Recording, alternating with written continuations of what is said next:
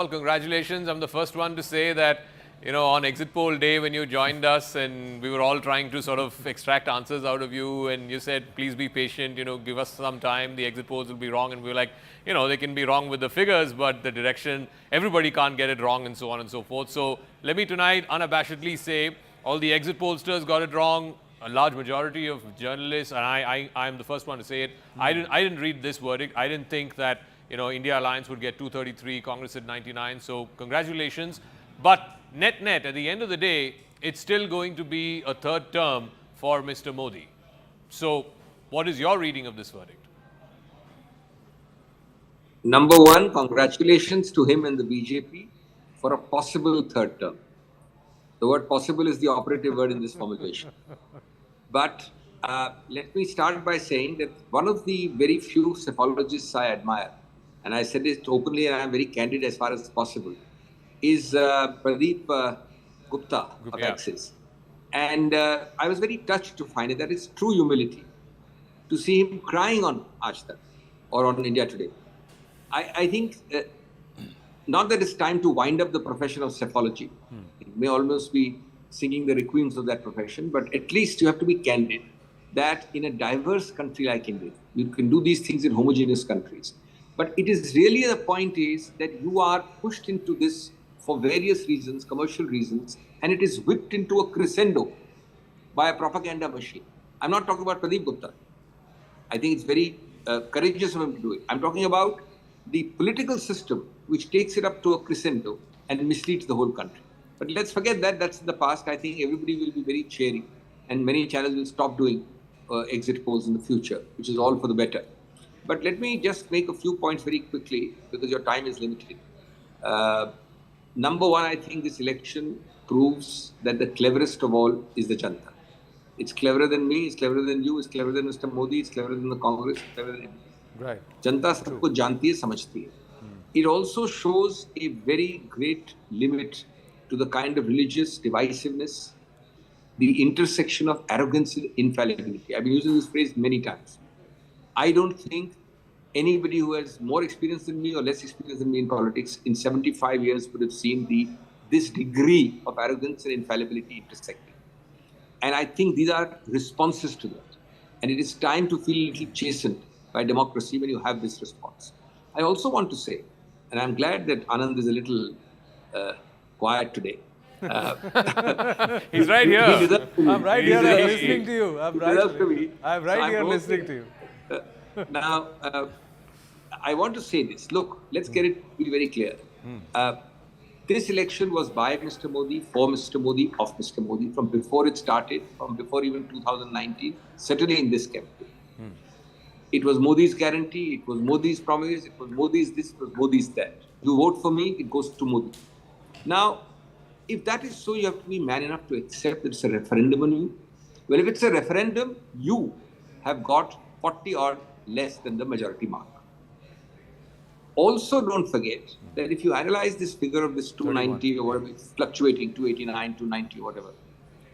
If you analyze it closely, it starts looking very fragile when you see carefully that the two ends, the end from Andhra and the end from Bihar, alone are upholding it.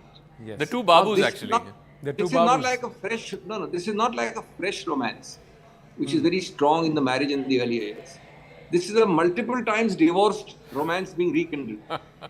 That's a very fragile romance. And if you look at those two figures, you aggregate those two, this is a very fragile government. So I said possibly he'll make the government.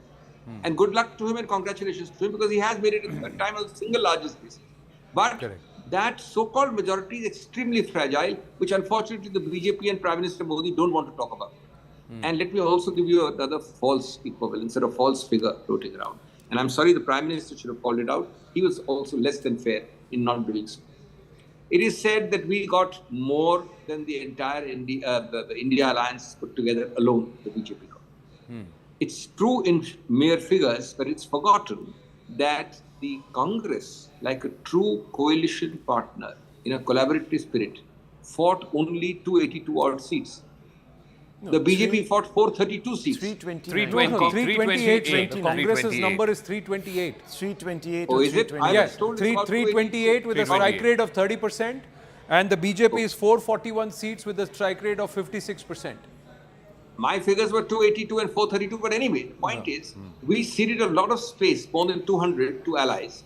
And therefore, a straight comparison that the BJP won so many more is not quite correct, because they fought at least, more than 110 more than us. Yep. So that part must be kept in mind. I'm only saying it as a analysis must be kept in mind. But sir, the strike rate of the INDI allies or the India allies is far better than the Congress party, with some of them doing a much better job with their seat conversions. So That is the bound to Congress, be in a the smaller Congress regional ceded space, the SP has one of the best strike rates within the alliance, along with the DMK. I agree entirely, and I'm proud of it, because these are pre-declared alliances. It's good that our partners did well. We ceded a lot also. Don't forget, ceding 220 seats is not a small figure. I tell you, regional combinations in a smaller context, in a smaller territorial area, do normally have a better strike rate, but that's no excuse for not improving the Congress strike. Dr. Singhvi, two questions to you. Two questions to you. Welcome Milind Deora as well. Oh, Mr. Deora, you guys nice were to on the see same you. side of the divide, now divided by satellite, but you're on two sides of the window, so you can say hi to each other. Milind's on the other side of the political divide. But Milind, welcome. Just give me a moment. Mr. Singhvi and I share a personal relationship which transcends politics and parties, and I'd like to believe you would agree with me. I'm sure you'll reciprocate. Let me add, I am a strong votary that these narrow political boundaries should not exist. One of the things which I blame Milind's new party for is to create a narrower viewpoint of politics. I believe it must transcend. Central Hall is not a space, it's a concept where you see that in full play. And in any case, Milind and me are very good old friends, so these things don't matter. So on that point, Dr. Singhvi, you actually led me on to the question I was going to ask you, a couple of questions. Number one, you said that, look, it's a possible third term. So is the Congress going to make a play? Is the India Alliance going to make a play? If so, do you believe that any one of the constituents will be willing to sort of throw their hat into the prime ministerial ring? And if so, who do you think is the claimant for that? And number two, if I might ask you, you talked about Central Hall being this nice place for,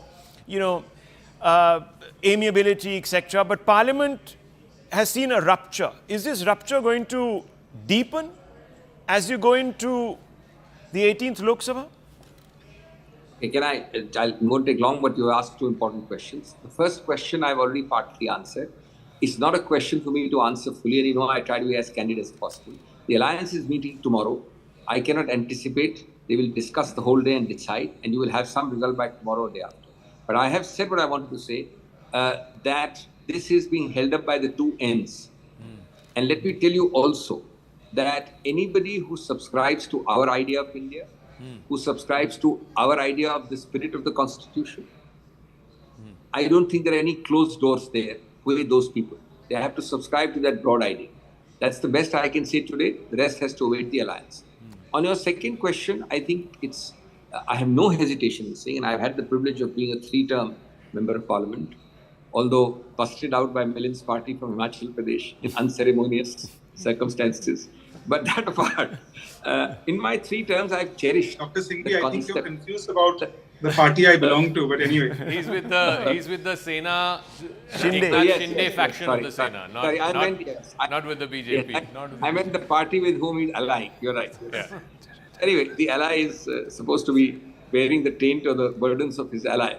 The point I was making was that I have seen in these 18 years that, the difference between Pakistan and India, between the two ladies in Bangladesh who cannot sit together in their central hall, between Nawaz Sharif and Zia who can't sit in their central hall. Of course, mind you, the new parliament doesn't have a central hall, according to me. And we were going to lead a delegation to the Prime Minister. Maybe I'll do so in the future sometime, to say that the real concept and spirit of central hall should be there. But the point is, I have no hesitation in saying that this overarching fracturing of the mandate beyond limits has been the gift of 2014 onwards. I have seen Parliament in all its avatars. There is a suspicion, there is a distrust. If I talk to X and X talks to me, there are monitors, and this kind of thing should not be there in the Parliament, because we are not political enemies. We are political adversaries in a political sense. And I think, it's a great feeling in the early years when I was there to find a Vajpayee even walking in, a Yashwant Sinha sitting here, me sitting here, Mr. Sharad Pawar sitting there. And the rule in Central Hall is, you can say anything under the sun, it's off the record unless I tell you that it's on the record. That's the spirit of Central Hall for the last 75 years. I think it has been damaged beyond reasonable limits in the last All right. 10 years. Okay, Breaking Dr. Singhvi, news thank you. coming in,